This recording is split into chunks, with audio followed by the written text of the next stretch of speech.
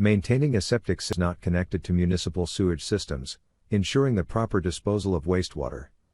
Among the critical routines for septic system owners, adding additives to the system stands out as a fundamental practice. In this article, we will delve into the significance of introducing additives into your septic tank and explore the benefits of using aerobic septic tank treatment, a specialized product designed for this purpose. The importance of additives in your septic system. Septic systems depend on the natural breakdown of organic matter, aided by beneficial bacteria.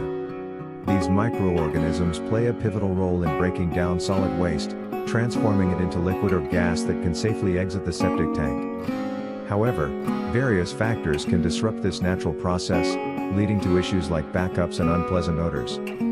Here's why adding additives to your septic system is crucial. Enhanced waste decomposition. Introducing specially selected additives into your septic tank can significantly boost the decomposition process. These additives are chosen for their ability to efficiently break down specific waste materials. Preventing clogs.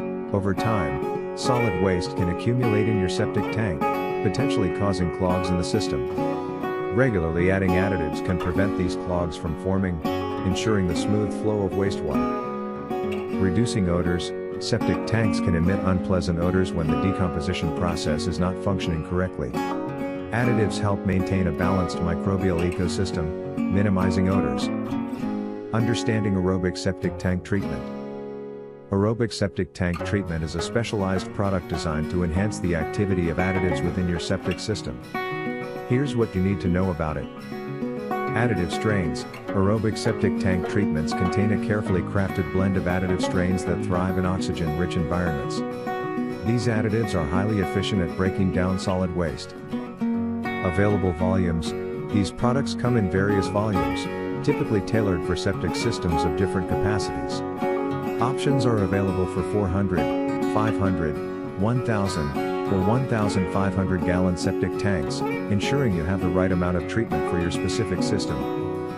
Ease of application. Utilizing aerobic septic tank treatment is a straightforward process. Simply add the product to your toilet at the end of the night.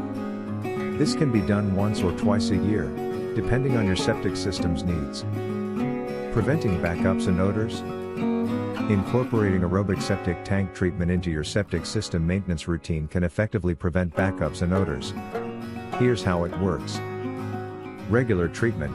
Adding additives regularly ensures that your septic tank maintains a healthy microbial population. This facilitates efficient waste decomposition and prevents the buildup of sludge and paper. Smooth flow. An optimized septic system allows wastewater to flow freely, reducing the risk of backups and blockages in your plumbing. Odor control. A well-balanced microbial ecosystem in your septic tank minimizes the production of foul odors, creating a more pleasant environment in and around your home. Best septic tank treatment. The best treatment additive. Selecting the right additive for your septic system is crucial. The following options offer effective septic tank treatment. Septic tank treatment. 1-year supply of dissolvable easy flush live bacteria packets, 12 count. This product is designed to prevent expensive sewage backups, made in the USA. Best septic tank treatment packets. 1-year supply of septic treatment. These dissolvable packets contain enzymes to prevent septic system backups, suitable for monthly use. Dr. Pooper Accelerator Septic Tank Treatment, an environment-friendly liquid that eliminates odors and clears organic solids in tanks and drain fields, safe for all septic systems. Ridex Septic System Treatment 3-Dose Dual Action Septi Packs, 3.2 ounces. This product offers dual action treatment to maintain a healthy septic system. Green Gobbler Septic Tank Treatment Packets, a natural bacteria-based solution for a 6-month supply. Green Pig 52 Live Tank Treatment. This easy dissolvable flush aids in the breakdown of septic waste, suitable for consumer use. The addition of additives to your septic system is a fundamental practice for its proper maintenance and optimal performance. Aerobic septic tank treatments provide a reliable means to achieve this by enhancing the activity of beneficial bacteria. By incorporating these treatments into your regular septic system care routine, you can prevent backups, clogs, and unpleasant odors. A healthy septic system contributes not only to the well-being of your home but also to the protection of the environment. Therefore, prioritize the care and maintenance of your septic system to ensure it serves you well for years to come.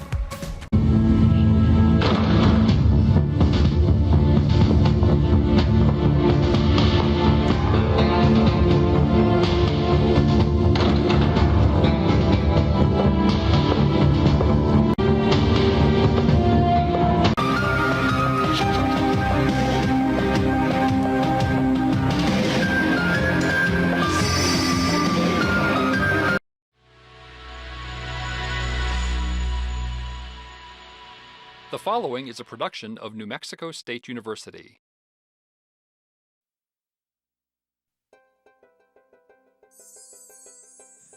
This is an important moment. You're about to start on the design and construction of a home sewage treatment system. The common home sewage treatment system is a septic tank and a drain field. Before you proceed, let's look at how this system works. The better you understand the system, the better you can build your own system to protect your family's health. The water in this system is not pure, but may contain many infectious diseases such as hepatitis, dysentery, and cholera. These diseases can make your family extremely ill or even cause death. At particular risk are the young and the elderly.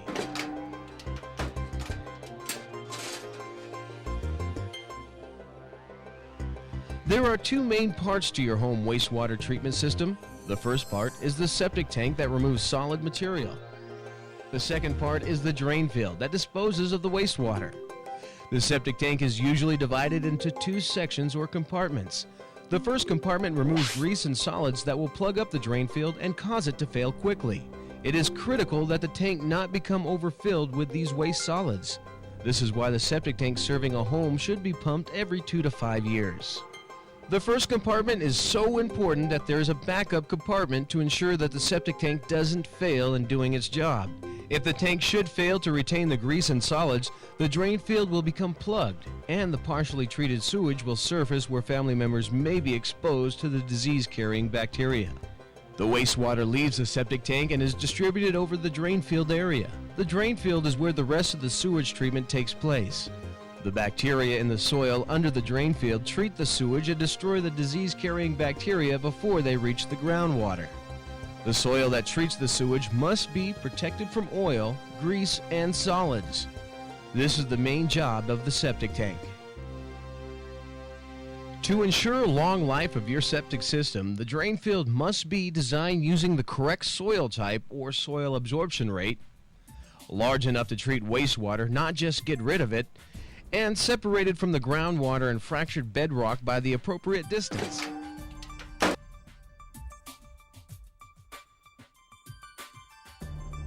Now that you know all about your system, let's consider some of your options and the cost associated with these options. The cost information presented here is only a brief summary for comparative purposes. Details can be found in the cost section of the accompanying notebook. The costs refer to a septic system designed for a 3-bedroom home and constructed of new materials. For an accurate cost comparison of alternatives, you will need to work through the real costs for your situation. In 2001, the cost of having a conventional septic tank and chamber drain field installed by a certified installer in New Mexico ranged in price from $1,700 to $2,600, and the installer usually filed the permit application. The cost of installing a septic tank and chamber drain field using 100% hand labor is about $1,050, and you can expect to spend at least 32 hours digging for a typical system. In addition, you will be responsible for the system design and filing the permit paperwork. The paperwork is daunting, but if you request assistance, the regulators will do what they can to help ease the paperwork burden. If you have counted the cost and you are sure that you would like to install your own septic system, the next step is to consider the design and layout of the septic tank and drain field.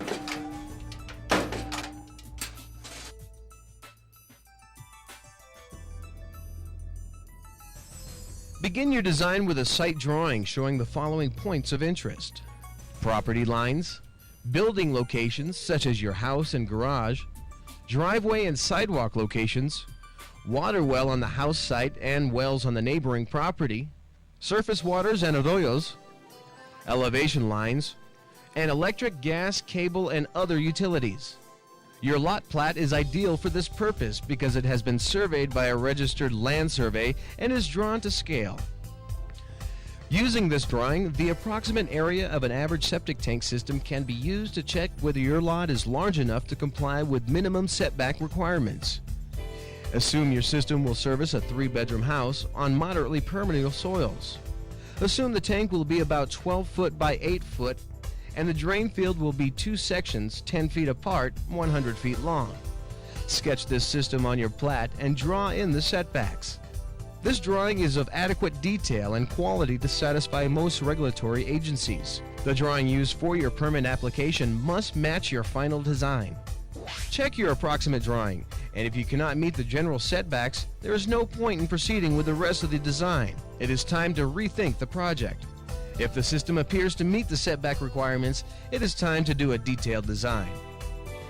The step-by-step design of the system varies with regulatory jurisdiction and is covered in literature provided by your local environmental agency. This literature is also included in the notebook which accompanies this video. In determining your final design, be sure footing and roof drains are not connected to the septic system. Also, water softener recharge water should not be discharged to the septic tank. It is bad for both the bacteria treating the wastewater and the soils in the drain field. Using your final design, fill out your septic tank permit application. You must complete and submit your permit application prior to beginning construction. To complete this application, you may need other permits, including a building permit, water rights permit, MHIP or mobile home installation permit, and utility hookup permit. Before you start construction, make sure you have all the required permits.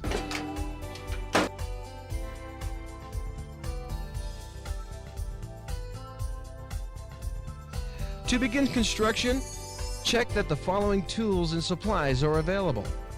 Typical tools include safety glasses, garden rake, a shovel, a 24-48-inch carpenter's level, an 8-foot 2x4, heavy rubber gloves, a ladder, a PVC saw, a hammer, pliers and screwdrivers, and measuring tape.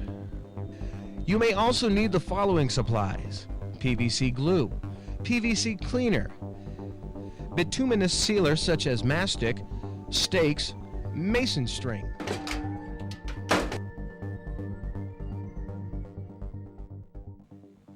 The common types of septic tanks are reinforced concrete, plastic, and fiberglass. For the remainder of this video, the fiberglass and plastic tanks will be referred to as plastic. For both types, the first step in septic tank installation is to take the location drawing from your permit application and stake the location of the septic tank on the ground. When you dig, the hole should be approximately 2 feet larger on each side than the septic tank being placed into the hole. This measurement is from the bottom of the hole, not the top, since the sides of the hole are seldom straight up and down. The depth of the hole for the septic tank is usually determined by the drop in the pipe required for the water to flow from the house to the septic tank. Calculation details are given in the notebook section entitled Pipe Drop Calculations. A typical depth to the top of the tank inlet when the tank is 15 feet from the house is around 28 inches. A word of caution: digging a large hole may be dangerous if the soil is unstable or too sandy. The sides of the hole may need to be supported. The available methods for setting the pipe slope from the house to the septic tank will use one of the following: carpenter's level with 1/4 inch per foot grade mark, string level, water hose, torpedo level with laser pointer, batten boards, 2x4s. The most common technique is the carpenter's level with 1/4 inch per foot grade mark. Insert a section of 2x4 into the end of the 4-inch pipe coming from the house. Place the carpenter's level along top of the 2x4 and adjust the slope so the bubble just touches the line closest to the pipe. Use of a string level is another simple technique for setting pipe slope. Hang the string level from the string and adjust the string until the bubble is in the middle of the level's bubble glass. Unfortunately, it is difficult to keep the string tight and level, and you must measure over from the string to the center of the trench and then down to the floor. The water hose technique is widely used. The hose forms a long U shape in the trench. When it is filled with water, the two water surfaces at either end of the hose will be at the same elevation. Measure down from this water surface elevation to get the proper trench depth.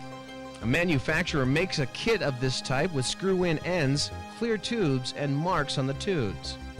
This technique is easy, but it is a bit messy and time-consuming. The last leveling technique we will mention is a new easy technique, laser leveling. You can purchase a laser torpedo level for around $150 or build one for $10 to $15. The laser level is attractive because of its ease of operation. To build one, attach a standard laser pointer to an inexpensive torpedo level. Mount the torpedo level on a wooden stake at the head of the trench. Use the torpedo level to make sure the laser pointer is level. Place a pole with one end on the bottom of the trench and mark where the laser strikes the pole. As you dig the trench, use the pole to check the bottom elevation approximately every 5 feet. Now that the trench is dug, install the drain pipe. 4-inch minimum diameter sewer pipe with watertight connections should be used between the house and the septic tank. The possible exception to this is mobile homes in place where local code allows 3-inch diameter sewer pipe. The sewer pipe can go all the way to the septic tank. There are very few septic tanks with a 3-inch inlet, so it will be necessary to use an adapter to adjust the 3-inch pipe up to a 4-inch pipe. Carefully level the bottom of the hole before the septic tank is in place. This will make tank installation easier. Level the septic tank hole using a 2x4 and carpenter's level. Again, do not place a 5-ton reinforced concrete tank yourself. This should be left to the tank provider. You may dig the hole to reduce cost. After the septic tank is in place, inspect the tank for damage. For the protection of your drinking water, it is important that the tank be watertight. Many regulations require the homeowner to fill the tank with water and measure the loss of water over time. This is an excellent idea even if it is not required. A watertight tank should not lose more than an inch of water in 24 hours. A new tank will absorb some water. It is best to fill the tank and 24 hours later, top off the tank and begin the actual test. Leave the water in the tank, since the tank needs to be full when it is placed into operation. The clean water in the tank improves the tank operation for the first few days. There are baffles at the inlet and outlet to your septic tank to prevent the water from taking a shortcut through the tank. The baffles shown here are concrete baffles. However, many tanks may have a 4-inch diameter PVC T for a baffle rather than cast-in-place baffles. This facilitates putting an outlet filter or biofilter in the septic tank. If you can afford one, a biofilter is highly recommended for the protection of the drain field. When installing the inlet and outlet pipes, be careful to insert the pipe only 1 to 3 inches. If the pipe is inserted further, it may run into the baffle and plug the end of the pipe. This can greatly reduce the flow capacity of the tank and cause clogging and sewer backups. This error is usually noticed when or if the tank is inspected, but the problem is not always easy to correct at that time. The tank's inlet and outlet connections and seams must be sealed to protect against groundwater seepage and tree root intrusions. Your septic tank may have either a large diameter hole or a neoprene collar as an inlet to the tank. If the tank has a neoprene collar, the collar will seal the inlet and outlet holes. Wet the collar to allow the pipe to slide in. Do this with water, dish soap, WD-40, or hairspray. You may wish to improve the seal on some collars by clamping the collar to the pipe using a large hose clamp. If the tank has a large diameter hole for the inlet and outlet pipes, these holes must be sealed after the pipe is inserted. Use grout, mortar, or a bituminous sealant such as mastic. When using mastic, it is important to check the pipe for adequate support. Gently press down on the pipe with your shoe. If the pipe moves, it needs better support. Without support, the pipe will settle during backfill and create a void at the top of the pipe.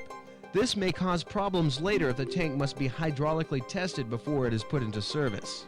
One of the most common failure points in hydraulic testing is the top of the pipes.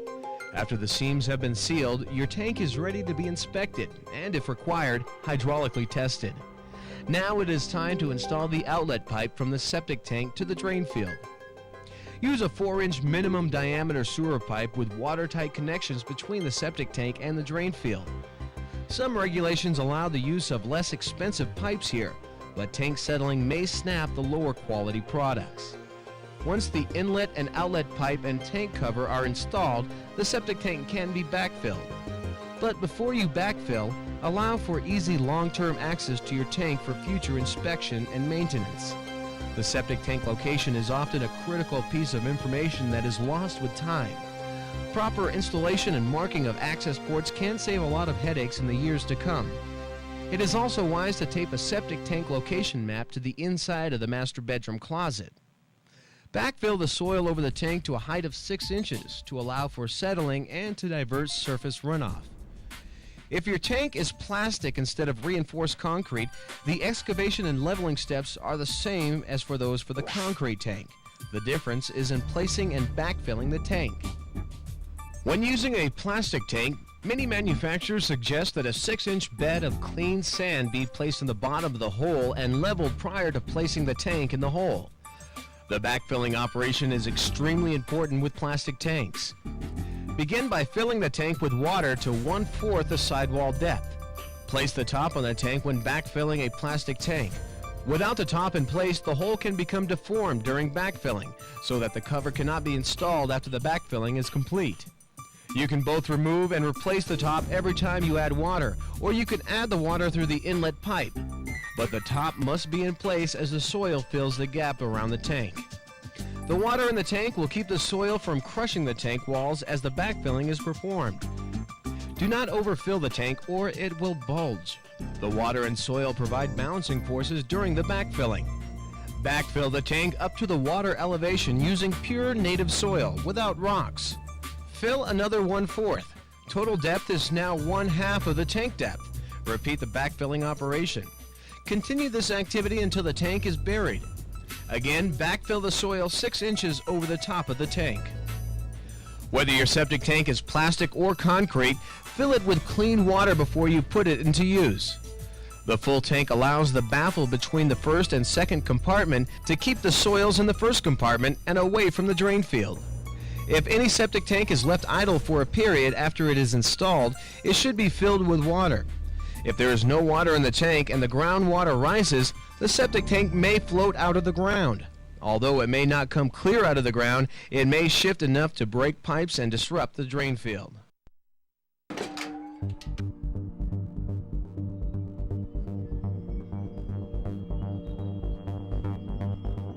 The two most common types of drain fields are the gravel and pipe drain field and the chamber drain field. Both drain fields require digging a trench, which will contain the distribution system. In clay soil, the trenches for the drain field should be only dug when the soil is dry and crumbly. Smearing and compaction due to construction in wet soil decrease the ability to absorb wastewater. Before digging the entire trench, dig down to the required depth and examine the soil. Take a handful of soil from what will be the trench bottom. If it forms a 1/8 inch diameter ribbon when rolled between the palms of your hands, the soil is too wet to work with. If the soil crumbles, digging may proceed. If the soil is sandy and will not form a ribbon, as described above, don't worry about the soil moisture. Dig your trenches to the required depth and width. Check the bottom elevation as discussed previously to ensure that the trench bottoms are level within local code specification. If the soil on the bottom is mostly clay, use an excavating bucket with teeth to rake each trench bottom to final bottom elevation. Rake to a depth of 1 inch to open up the soil for water seepage. This can be performed by using a garden rake.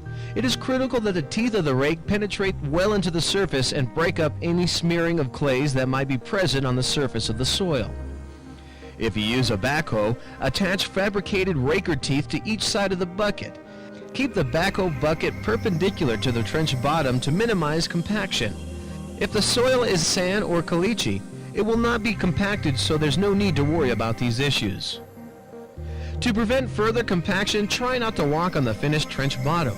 If foot traffic is necessary, use planks to spread out the worker's weight. For both level and sloping sites, trenches should be connected by a header or manifold trench.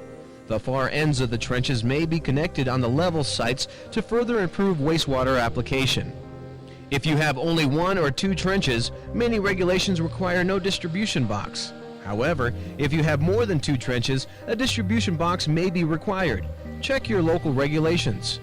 A site that restricts trench length to less than 75 feet will often require a distribution box. If a distribution box is required, make sure it rests on undisturbed soil and use a footing for stabilization. Be careful the distribution box doesn't tip during backfilling or settle after backfilling. If the distribution box is not level, it will not distribute the flow evenly.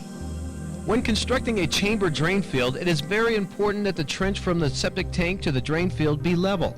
The trench for a gravel and pipe system can be constructed with or without a slope. However, the drain field pipe must be sloped. One of the difficult details in constructing the drain field is establishing the slope for the drain pipe. There are a number of ways to perform this task. Some are more accurate than others, but in general, the more accurate techniques require more equipment and expertise. The least accurate will probably be adequate if it is done carefully. Techniques were discussed earlier in the section on pipes entering and leaving the septic tank. Once the trench is done, it is time to place the distribution system. Until recently, the use of gravel and pipe for a drain field was very common. Use washed gravel ranging in size from 3/4 inch to 2 1/2 inches, or other trench fill material that has been approved by regulators.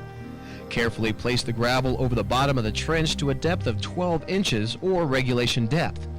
The gravel must be completely free of fine material, clay, and silt, or this fine material may plug the soil at the bottom of the trench. Then level the gravel before you place the pipe. Lay down a 4-inch diameter perforated pipe on a maximum slope of 3 inches per 100 feet. Pipe for the distribution lines must meet local and state specifications. Do not use coiled perforated plastic tubing because the tubing will not maintain the slope or lay flat.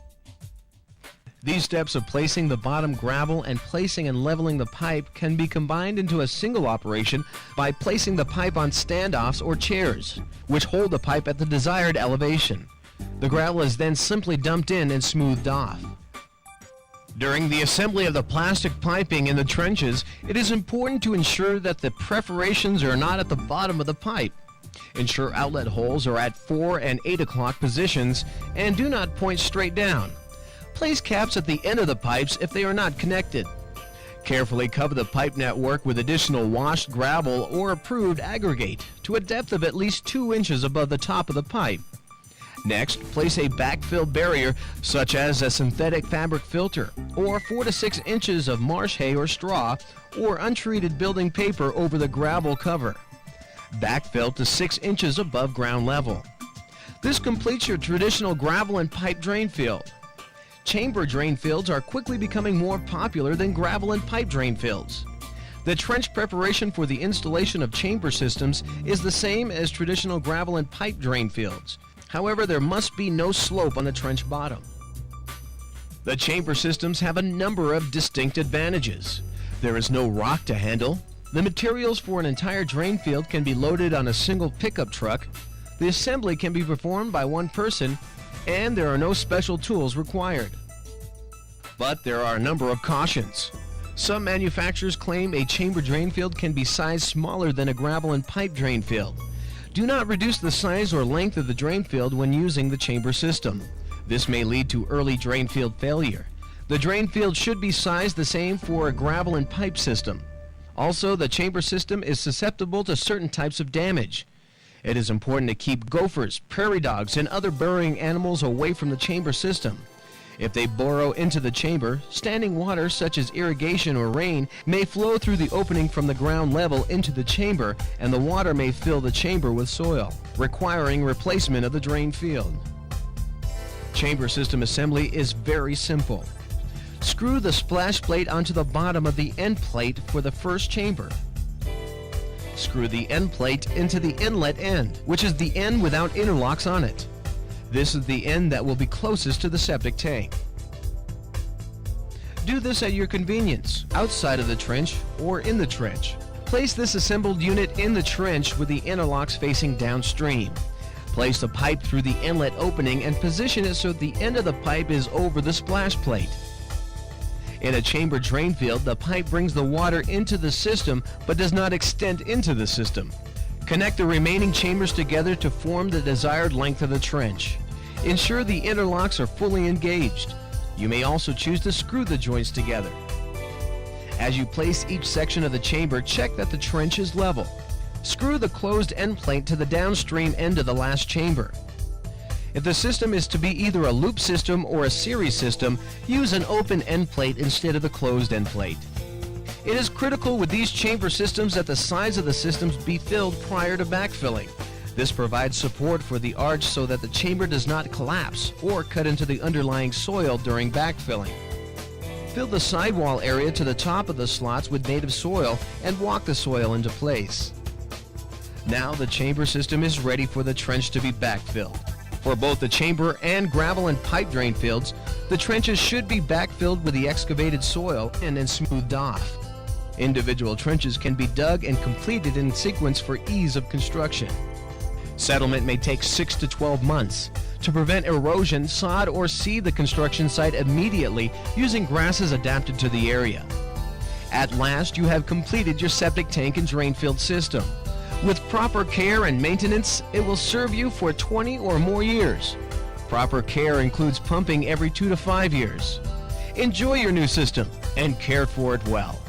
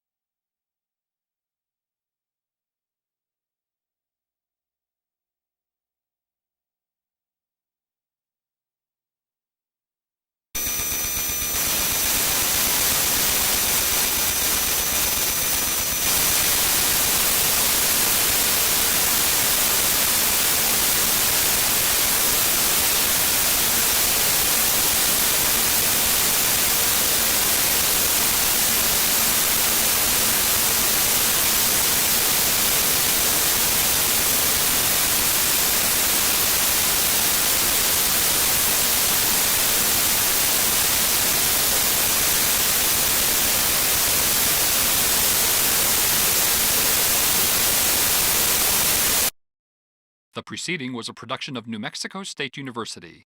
The views and opinions in this program are those of the author and do not necessarily represent the views and opinions of the NMSU Board of Regents.